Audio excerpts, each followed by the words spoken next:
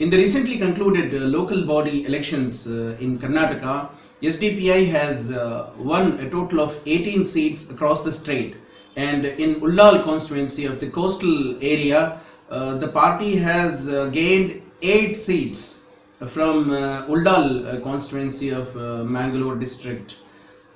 We happened to talk to the State Secretary of Karnataka, Akram Hasan, who was explaining as to how the party was able to gain a good number of seats in City Municipal Council of Ullal.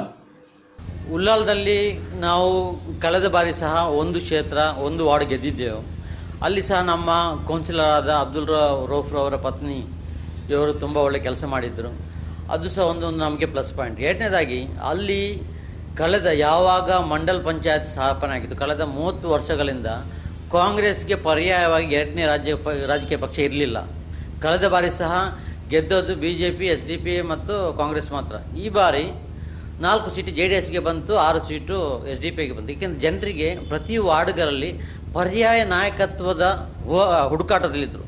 ಆ ನಾಯಕತ್ವವನ್ನು ನಮ್ಮ ಕಾರ್ಯಕರ್ತರ ಶ್ರಮ, ಪಕ್ಷದ ಸಿದ್ಧಾಂತ ಮತ್ತು ಜನರಿಗೆ ಪರ್ಯಾಯ ಬೇಕಂತ ನಮ್ಮನ್ನು ಆರಿಸಿದ್ದಾರೆ. ಎರಡನೇ ಕಾರಣ, ನಗರಸಭೆಯ 31 ವಾರ್ಡ್ಗಳ ಪೈಕಿ SDPI ಈ ಬಾರಿ ಸ್ಪರ್ಧಿಸಿದ್ದು ಕೇವಲ 9 ವಾರ್ಡ್ಗಳಲ್ಲಿ ಮಾತ್ರ. ಆ 9ರಲ್ಲಿ 6 ಸ್ಥಾನ ಗೆದ್ದಿದೆ. ಅದಕ್ಕೆ ಅಲ್ಲಿಯ ಜನರ ಸಮಸ್ಯೆಗಳನ್ನು ಎತ್ತಿ ಹಿಡಿಯುವುದರಲ್ಲಿ SDPI ಕಾರ್ಯಕರ್ತರು ನಿರಂತರವಾಗಿ ಹೋರಾಟ ಮಾಡ್ತಿದ್ರು. ಅಲ್ಲಿ ಡ್ರೈನೇಜ್ ವ್ಯವಸ್ಥೆ ಇರಲಿಲ್ಲ.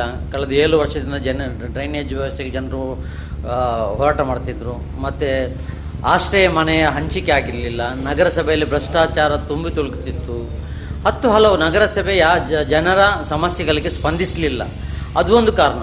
ಎರಡನೇದು, ನಮ್ಮ ಕಾರ್ಯಕರ್ತರು ಅಲ್ಲಿಯ SDPI ಪುರಸಭಾ ಸಮಿತಿಯ ನಾಯಕರುಗಳು ಮತ್ತು ಕಾರ್ಯಕರ್ತರುಗಳು ಮತ್ತು ನಮ್ಮ ಅಸೆಂಬ್ಲಿ ಸಮಿತಿ ನಾಯಕರುಗಳು, ಜಿಲ್ಲಾ ನಾಯಕರುಗಳು, ರಾಜ್ಯ ನಾಯಕರು ಎಲ್ಲರೂ ಸಹ ಟೀಮ್ ವರ್ಕ್ ಮಾಡಿ ಜನರಿಗೆ ಯಾತಕ್ಕಾಗಿ SDPI ಉಂಟು ಮಾಡಿದ್ದು, ಯಾವ ರೀತಿಯ ಜನಪರ ಹೋರಾಟ ಮಾಡುತ್ತಿದೆ, ಕೋಮು ಸೌಹಾರ್ದಕ್ಕಾಗಿ ನಮ್ಮ ಕೊಡುಗೆಗಳೇನು, ಸಮಾಜ ಸೇವೆಗೆ ನಮ್ಮ ಕೊಡುಗೆಯನ್ನು, ಈ ರೀತಿ ಹಲವು ವಿಷಯಗಳನ್ನು ಜನರಿಗೆ ಹೇಳಿದ್ದೇವೆ.